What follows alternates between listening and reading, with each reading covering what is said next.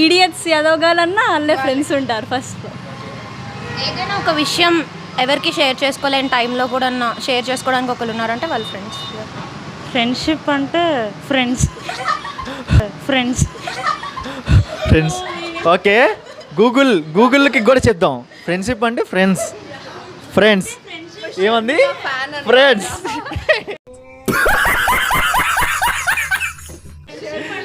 Meaning చెప్పలేము, friendship అంటే గుర్తొస్తాయి అనమాట.